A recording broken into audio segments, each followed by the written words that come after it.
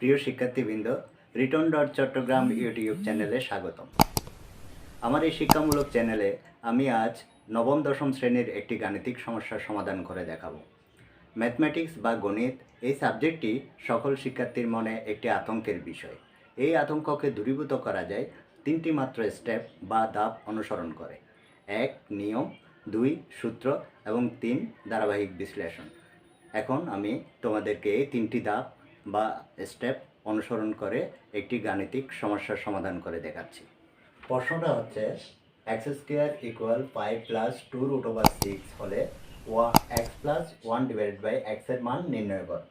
তাহলে আমাদেরকে বলা হয়েছে এক্স স্কোয়ার দেওয়া আছে, এক্স প্লাস 1 বাই এক্স এর মান নির্ণয় করতে হবে। এক্সকে যদি আমরা এ ধরি, 1 ডিভাইডেড বাই এক্সকে যদি আমরা বি ধরি, তাহলে এখানে হচ্ছে এটা এ স্কোয়ার।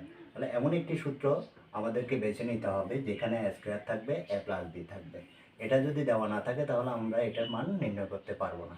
তাহলে এইরকম একটি সূত্র হচ্ছে A square plus B square equal A plus B whole square minus 2ab। তাহলে এই সূত্রটির সাহায্যে আমরা এক্স প্লাস 1 বাই এক্স এর মান নির্ণয় করব। যেহেতু আমরা এক্সকে এ এবং 1 ডিভাইড বাই এক্সকে বি ধরেছি, তাহলে সেহেতু এ স্কোয়ারের জায়গায় হবে এক্স স্কোয়ার প্লাস বি স্কোয়ারের জায়গায় হবে 1 divide by x square equal A plus বির জায়গা হবে x plus 1 divide by x whole square minus 2ab এর জায়গা হবে 2 into x into 1 divide by x, এর জায়গায় এক্স, বি এর জায়গায় 1 ডিভাইডেড বাই এক্স। তাহলে এক্স স্কোয়ারের মান আমাদের যেহেতু দেওয়া আছে, এখন আমাদের লাগবে 1 ডিভাইডেড বাই এক্স স্কোয়ারের মান। 1 ডিভাইডেড বাই এক্স স্কোয়ারের মানটা আমরা পেলাম কি, 1 ডিভাইডেড বাই এক্স স্কোয়ারের মানটা বসিয়ে দিলাম 5 প্লাস 2 রুট ওভার 6।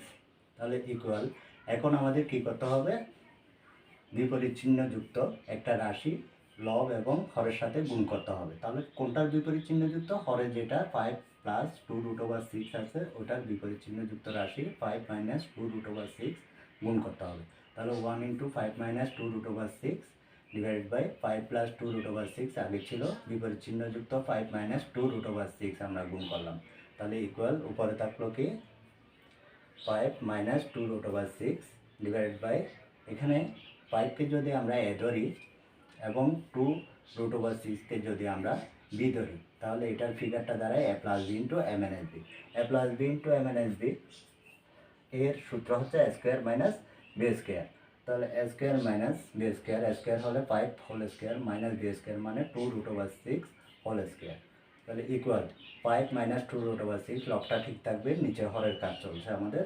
তাহলে 5 স্কোয়ার মানে দুইটা 5-এর গুণফল, 5 5-এ 25, তাহলে 25 বসালাম minus 2 root over 6, 2 root over 6 whole square. তাহলে 2 এর উপরে স্কোয়ার, যেহেতু এই দুইটা গুণ অবস্থায় আছে, তাহলে 2 এর উপরে স্কোয়ার, রুট ওভার 6 এর উপরও স্কোয়ার হবে।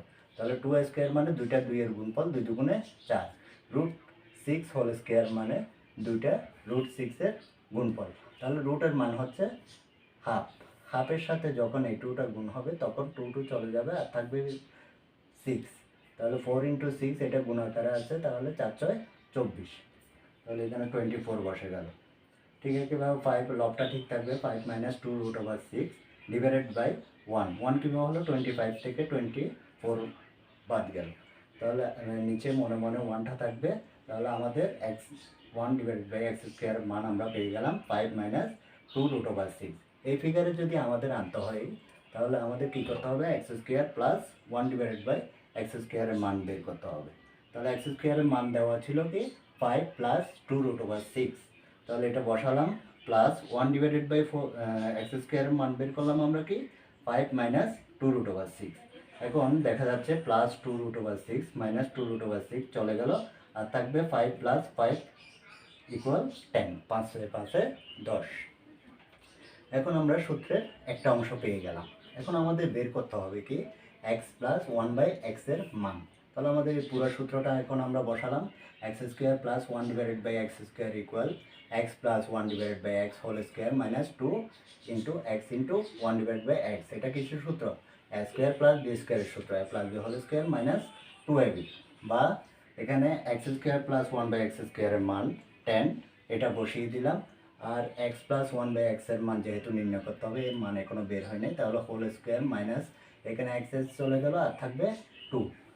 তাহলে বা 10 ইকুয়াল যদি আমরা এটা পুরাটা দেখাতে পারি তাহলে এত ইকুয়াল এটাও আমরা দেখাতে পারি। তাহলে x plus 1/x whole square minus 2 equal 10, বা x plus 1/x whole square এটাকে রেখে আমরা সংখ্যার জায়গায় সংখ্যাটাকে নিয়ে যাব। তাহলে সমান চিহ্নের অপর পাশে যদি কোনো সংখ্যা যেতে হয় তাহলে যে চিহ্নটা থাকবে তার বিপরীত চিহ্ন হয়ে যাবে। এখানে -2 ছিল, সমান চিহ্নের অপর পাশে গিয়ে এটা +2 হয়ে গেল। তাহলে বা x plus 1/x whole square equal 10-এর 2-এ কত বের হলো? 12, 12।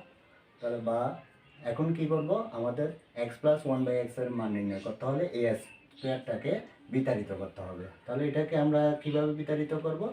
বর্গমূল করে দিয়ে, যেহেতু বর্গ আছে এটাকে বর্গমূলের মাধ্যমে বিতাড়িত করতে হবে। তাহলে উভয় পক্ষকে আমরা কি করলাম? বর্গমূল করে দিলাম, √/। তাহলে বা এখন এখানে রুটের মান হচ্ছে হাফ, আগেই দেখিয়েছি রুটের মান হাফ। হাফ আর 2 কাটাকাটি গিয়ে আর থাকবে x প্লাস 1/x। আমরা এখন এই ফিগারে চলে আসলাম, এটার মান নির্ণয় করব। তাহলে ইকুয়াল রুটের মধ্যে 12 আছে। তাহলে আমরা একটা পূর্ণবর্গ সংখ্যা ধরবো আর একটা বিজোড় সংখ্যা আসবে। তাহলে এই দুইটার গুণফল হবে 12। তাহলে ইকুয়াল পূর্ণবর্গ সংখ্যাটা তাহলে 2 স্কোয়ার করা যায় এটাকে। 2 স্কোয়ার মানে 2 এর গুণফল 2 দুগুণে 4 ইন্টু 3। তাহলে 2 স্কোয়ার আর হাফ, রুটের মান যেহেতু হাফ চলে গিয়ে আর থাকবে 2। এখন এটা যেহেতু পূর্ণবর্গ সংখ্যা তাহলে এটা 2 হয়ে গেল √3। তাহলে আমরা x প্লাস 1/x এর মান পেয়ে গেলাম। এভাবে শিক্ষার্থীরা একটি অঙ্ক নিয়ম, সূত্র এবং ধারাবাহিক বিশ্লেষণের মাধ্যমে করা যায়। তাহলে